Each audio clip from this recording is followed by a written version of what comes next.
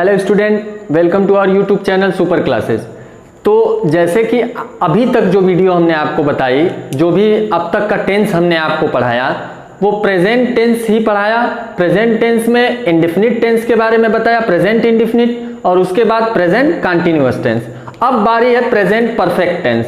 तो जैसा कि टेंस का नाम सुनने से ही ये बात पता लग सकती है कि परफेक्ट का मतलब क्या होता है। परफेक्ट का मतलब होता है पूर्ण रूप से, जैसे किसी कार्य को आप पूरा कर लिए हो, तब परफेक्ट टेंस का मतलब समझ में आता है। तो प्रेजेंट परफेक्ट टेंस, चूंकि पहचान वाली जो वीडियो हमने आपको दिखाई थी, उस वीडियो में ये बात बताई गई थी, आप डिस्क्रिप्शन में उसको देख सकते हैं कि पहचान करने के लिए प्रेजेंट परफेक्ट टेंस की पहचान क्या होती है कि जिन वाक्यों के अंत में चुका है, चुकी है, चुके हैं, लिया है, दिया है, ली है, दी है इत्यादि सब आते हैं। और सबसे बड़ी बात जो होती है कि इसमें कार्य पूर्ण रूप से समाप्त हो चुका है।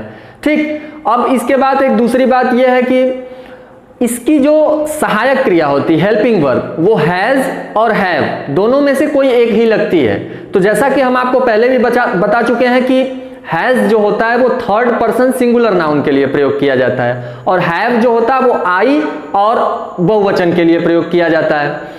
तो इसके अलावा एक बात और, जो मुख्य क्रिया होती मेन वर्ब, मेन वर्ब का थर्ड फॉर्म इसमें प्रयोग किया जाता है, मेन वर्ब की थर्ड फॉर्म।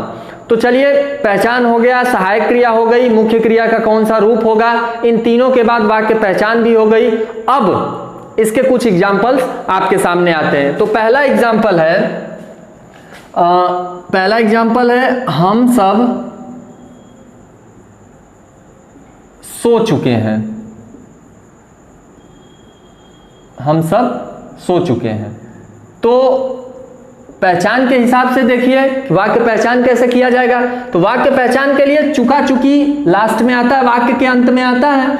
तो चुके हैं इसमें है वो, और हम सब का मतलब क्या है, बहुवचन है। तो बहुवचन के साथ क्या आएगा, हैज की हैव आएगा। तो अब चलिए इसके लिए रूल फॉर्मेशन कर ले, नियम बना ले।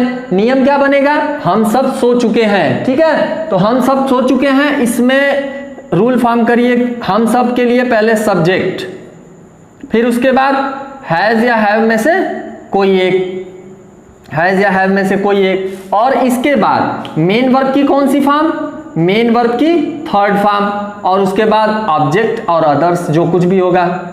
ठीक, अब इसी नियम को, जो ये नियम हमने बनाया, इस नियम को इस ट्रांसलेशन में क्या करें, अप्लाई करें। अप्लाई करेंगे। अब सब्जेक्ट क्या है, हम सब यानी कि वी, और हैज और हैव में से क्या लगेगा, वी के साथ हैव लगेगा। सोने की इंग्लिश क्या होती है, इसमें क्रिया, मुख्य क्रिया है सोना, तो सोने की इंग्लिश होती है स्लीप। स्लीप का थर्ड फॉर्म होगा स्लेप्ट। वी हैव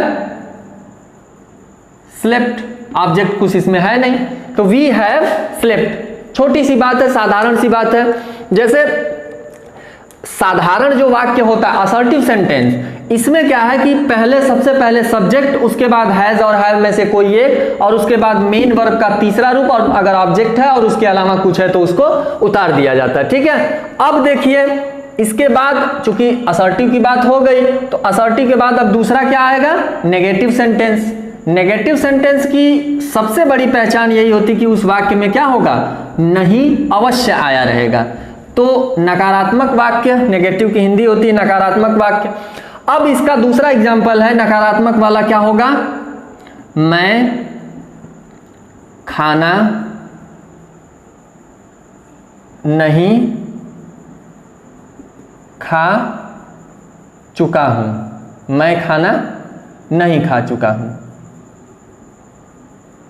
ठीक, अब नेगेटिव सेंटेंस में एक चीज बढ़ा, क्या, नहीं, बाकी सब असर्टिव वाली ही चीज है। अब इसमें इसका रूल फॉर्मेशन करिए। तो सबसे पहले क्या आएगा, सब्जेक्ट, सब्जेक्ट के बाद फिर हैज या हैव में से कोई एक, हैज या हैव में से कोई एक, और इसके बाद नॉट, फिर उसके बाद मेन वर्ब की थर्ड फॉर्म, और इसके बाद ऑब्जेक्ट एंड अदर्स जो कुछ भी होगा।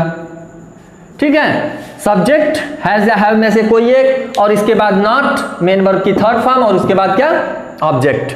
अब इसी नियम को, जो नियम हमने फॉर्म किया, इसी नियम को क्या करें, अप्लाई करें ट्रांसलेशन में। सब्जेक्ट क्या है, खाना किसके द्वारा खाया गया या नहीं खाया गया, कौन किया, मैं। तो सब्जेक्ट क्या हो गया, आई। आई के साथ हैज या हैव लगेगा, क्योंकि हमने आपको बताया है कि थर्ड पर्सन सिंगुलर नाउन के साथ हैज लगता है, बाकी सबके साथ क्या लगेगा, हैव लगेगा। तो आई हैव नॉट है तो नॉट लगाइए, आई हैव नॉट। ईट, ईट मतलब खाना, तो ईट का third form eaten. I have not eaten क्या, the food. I have not eaten the food. अब देखिए, मैं की इंग्लिश आई, इसकी सहायक क्रिया है, और नहीं की इंग्लिश नॉट, खाने का थर्ड फॉर्म तो ईटेन, और फूड मतलब भोजन, तो आई have not eaten the food. दो प्रकार के सेंटेंस आपके सामने आ गए। अब जो तीसरा प्रकार है, तीसरा प्रकार मतलब पहले तो असर्टिव या अफर्मेटिव सेंटेंस हो गया, अब उसके बाद दूसरा आया क्या, नेगेटिव सेंटेंस हो गया। अब तीसरा जो होता है वो क्या होगा, इंट्रोगेटिव, मतलब प्रश्नवाचक। प्रश्नवाचक के लिए एग्जाम्पल आप देखिए, क्या सीता सो चुकी है, क्या सीता सो चुकी है। अब इंट्रोगेटिव दो टाइप का होता है, पहला जो ये प्रश्न सूचक शब्द वाक्य के शुरुआत में आए, और दूसरा यही प्रश्न सूचक शब्द क्या, क्यों, कब, जो कुछ भी होगा ये वाक्य के बीच में आएगा।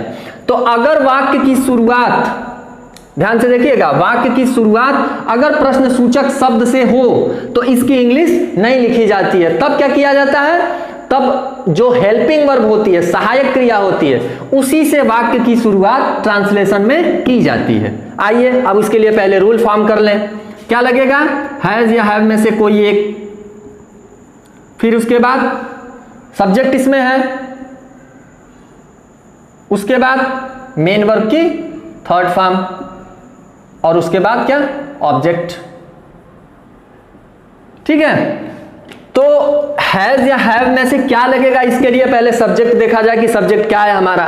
सब्जेक्ट क्या है, सीता। सीता यानी थर्ड पर्सन सिंगुलर नाउन, यानी नाम है, तो नाम के लिए क्या आएगा, हैज का प्रयोग किया जाएगा। तो हैज सीता, सोना की English sleep, third form slept, has Sita slept. ठीक, एकदम सिंपल सा, थोड़े से भी माइंड को टीज करने की जरूरत नहीं है।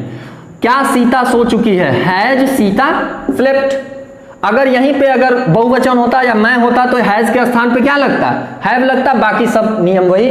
तो बस यही ध्यान में रखना है। अब इसके बाद चौथा जो नंबर आएगा वो interrogative plus negative sentence. Interrogative plus negative का मतलब, इंट्रोगेटिव मतलब प्रश्नवाचक और प्लस नकारात्मक, तो इंट्रोगेटिव और नेगेटिव सेंटेंस, यानी कि उस वाक्य में प्रश्न सूचक शब्द भी हो, यानी प्रश्न पूछा गया हो और उसके अलावा क्या होगा, प्रश्न भी पूछा गया हो और उसके अलावा नहीं भी आया हो। तो आइए देखते हैं, तुम खाना क्यों नहीं खा चुके हो,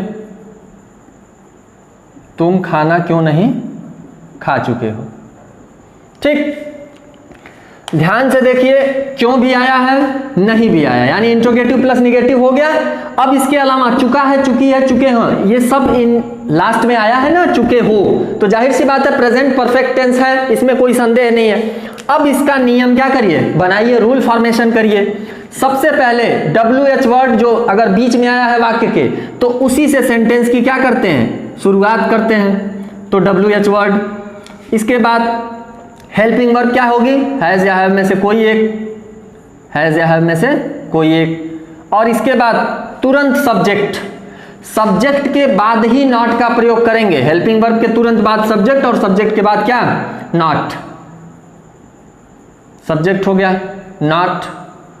अब इसके बाद मेन वर्ब की थर्ड फॉर्म, और इसके बाद ऑब्जेक्ट एंड अदर्स। ठीक, तो WH वर्ड जो है क्यों आया है इसमें, क्योंकि इंग्लिश क्या होती, अब इस नियम को यहां पे पालन करेंगे तो क्या होगा, वाई। अब हैज या हैव में से क्या लगेगा, इसके लिए क्या देखेंगे, यहाँ पे सब्जेक्ट को देखा जाएगा। तो सब्जेक्ट यहाँ पे तुम है, तुम की अंग्रेजी यू होती और यू के साथ हमेशा क्या लगेगा, हैव। तो वाई हैव, अब सब्जेक्ट क्या आएगा, यू।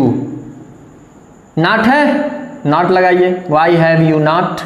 मेन वर्ब की थर्ड फॉर्म ईटेन, क्या चीज, the food. Why have you not eaten the food. 4 प्रकार के वाक्य आपके सामने हैं, चारों प्रकार हमने आपको बता दिया। Assertive sentence, negative sentence, interrogative sentence, interrogative plus negative sentence. तो इन चारों में अगर आपको कोई दिक्कत हो तो एक बार फिर से इसको शुरू से लास्ट तक देखिए, और पहचान करने के लिए और सहायक क्रिया को रिवाइज करने के लिए पहली वीडियो जो टेंस की पड़ी है उसको डिस्क्रिप्शन में देख सकते हैं या फिर आई बटन में देख सकते हैं। बाकी present indefinite, present continuous, present perfect जो अभी हमने पढ़ाया, इन तीनों को एक बार रिवाइज कर लीजिए। अब नेक्स्ट जो बचा है प्रेजेंट में, वो क्या है, प्रेजेंट परफेक्ट कंटीन्यूअस टेंस, जिसके लिए नेक्स्ट जो वीडियो आएगी वो देखिएगा। धन्यवाद।